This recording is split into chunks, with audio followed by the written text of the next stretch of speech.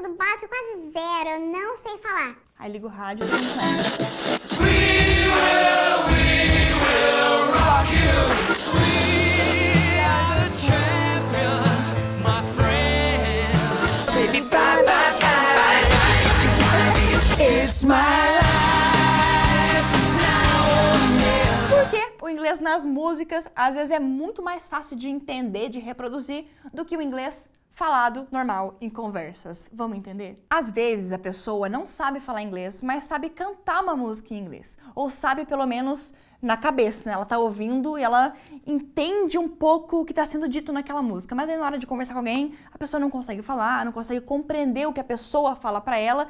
Por que que isso acontece? Eu consegui pôr no papel aqui 4 motivos pelos quais na música fica muito mais fácil praticar o listening e também o speaking, reproduzindo aquela canção. Vamos para o motivo número 1. Primeiramente, o nosso cérebro, ele processa linguagem e música de maneiras diferentes. Então, quando a gente escuta uma música tocando, não só a área responsável pela linguagem, que ela tá ali trabalhando, mas também tem outras partes do nosso cérebro que estão sendo despertadas, acordadas, digamos assim. Essas outras partes são muito ligadas à emoção e à memória. Quando a gente ouve uma música e se emociona, por exemplo, e a gente acaba ouvindo aquela música várias vezes, aquele ressentimento sempre vem à tona, tudo que envolve emoção e desperta algo na gente, a gente memoriza aquilo de forma mais rápida, a gente memoriza mais fácil. Isso pode fazer com que o nosso cérebro registre uma informação, memorize aquela frase, aquela palavra, mas não necessariamente saiba o que aquilo quer dizer. Eu lembro de uma coisa que aconteceu comigo, eu tinha um CD. Era um CD pirata, tá? Mas a primeira faixa do CD era a música This Is Me. Põe aí. This is real, this is me. I'm exactly where I'm supposed to be. Quando eu tinha esse CD, eu não falava inglês ainda. E a minha prima, a Dani, beijo Dani, quero ver se você vai lembrar desse episódio, hein, cara. Ela também não falava inglês, ela era mais nova que eu e nada de inglês. E aí ela veio me visitar e eu falei assim, ó, Dani, eu tenho um CD com uma música muito boa. Você não vai acreditar, essa música é muito boa. Peguei o meu Sonic System, abri, coloquei o CDzinho lá e apertei o play e começou. I've always been the kind of girl that hid my face, so afraid to tell the world. Daniele, nunca falou inglês na vida, olha pra mim. Essa eu já conheço. Pensa, essa eu já conheço. E aí, Daniele e eu, uma cena de filme. Eu e Dani assim, ó, nos olhando de frente, nenhuma falava inglês e a gente começou juntas aqui, ó. This is real, this is me. I'm exactly where I'm supposed to be now. Gonna let the Como é que explica? As duas aqui, ó. I'm exactly where I'm supposed to be. Que isso? Nenhuma das duas falava inglês, gente. Aí tá o meu argumento número 1. A gente não sabia o que a gente estava falando exatamente. Só que aquela música sempre ativou partes diferentes do nosso cérebro que nos lembrava a infância, que despertava emoções. A gente tinha ouvido muitas vezes aquela música, os sons traziam uma certa familiaridade e a gente conseguia cantar a música inteira sem falar inglês. Isso nos leva ao ponto 2. O ponto 1 é que, né, literalmente nosso cérebro ativa partes diferentes ligadas à emoção, à memorização. E aí o ponto 2, o argumento 2 é justamente esse, a memorização que está ligada à repetição. Então, quando você escuta algo diversas vezes, ainda mais de maneira ritmada, isso ajuda a memorizar. E quando algo está bem memorizado na nossa cabeça, a gente tem a impressão de que aquilo é mais fácil. E de novo, a música faz liberar dopamina, liberou dopamina, reforça a retenção daquele conteúdo. Quando a gente ouve uma frase, muitas vezes, aquilo fica muito na ponta da língua, fica fácil de lembrar. Por exemplo, what's your name? Todo mundo sabe o que é what's your name, mesmo nunca tendo estudado inglês na vida. Todo mundo sabe o que é um I love you, mesmo nunca tendo estudado, a pessoa sabe que I love you, a maioria, tá? A gente tá falando 99%, sabe que I love you é eu te amo. Happy birthday. Happy birthday significa feliz aniversário. A pessoa lembra da música Happy birthday to you, porque é repetido muitas vezes e porque é ritmado. Então, ponto 1, a gente tem lugares diferentes do cérebro sendo ativados, algo que libera dopamina, algo que faz a gente sentir emoção e reter aquele conteúdo. Número 2, a música é repetida várias vezes. A gente raramente escuta uma música uma vez só na vida e aí memoriza, né? A gente só memoriza porque ouve 2, 3, 4, 5 vezes.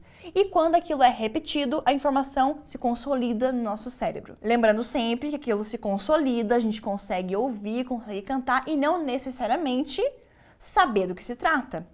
Por exemplo,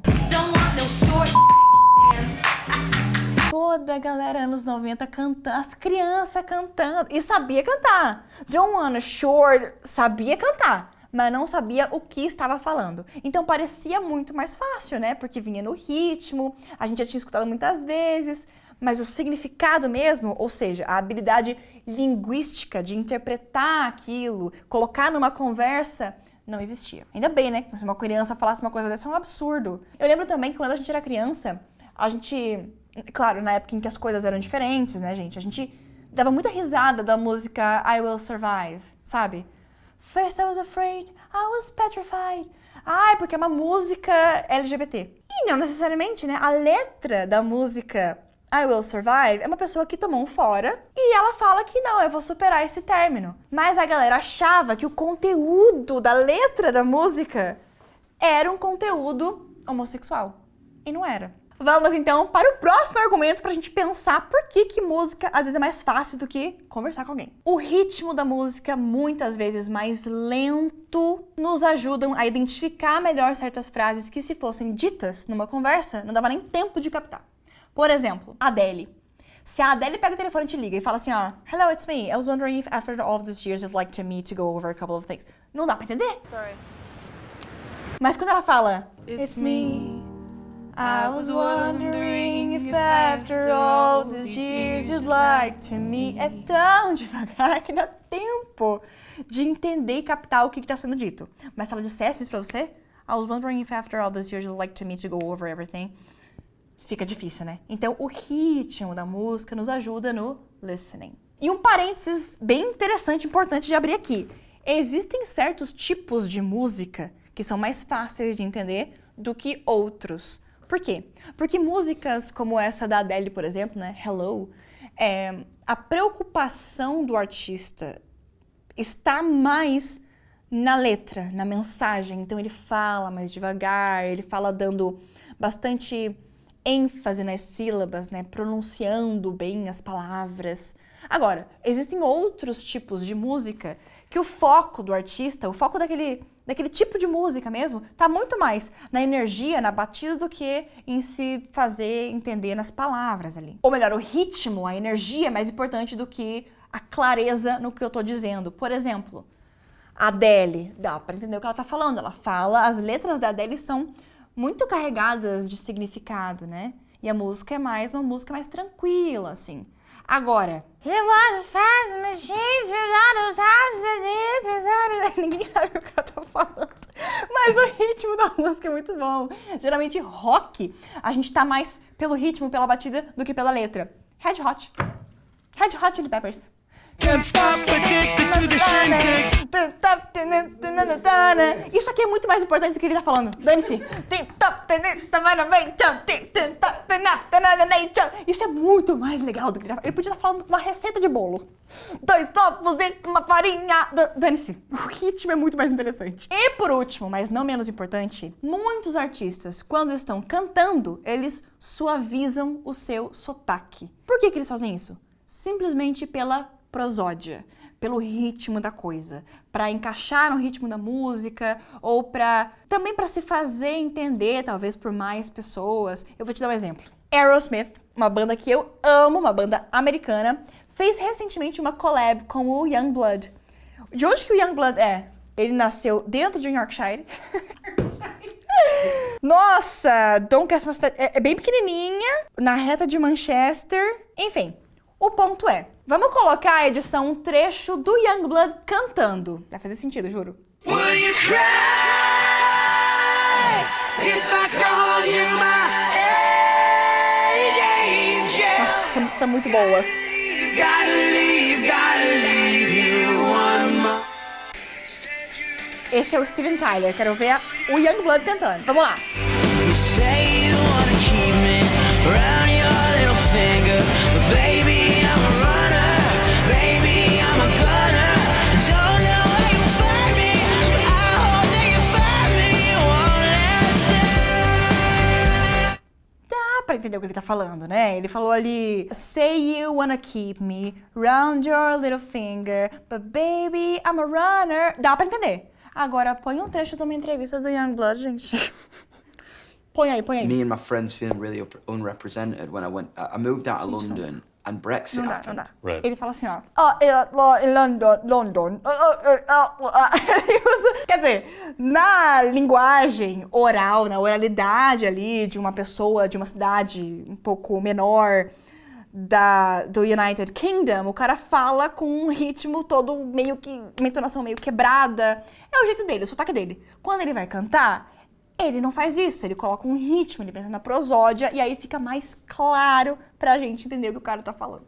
Fica aqui a dica pra você ouvir a nova música do Aerosmith com o Youngblood, é uma música muito boa se você gosta de drive, se você gosta de cantores com vozes roucas e gritos no meio da música. Eu amo. Eu gosto muito. Não sei se vocês já perceberam aqui no canal, talvez. E eu quero que você comente aqui embaixo se tem alguma música que você, mesmo sem saber inglês, você consegue cantar. Você consegue entender o que o cara tá falando e consegue acompanhar e cantar um pouquinho junto. Conta aqui pra mim. Deixa um like, please, se inscreve no canal e eu te vejo na próxima. Bye!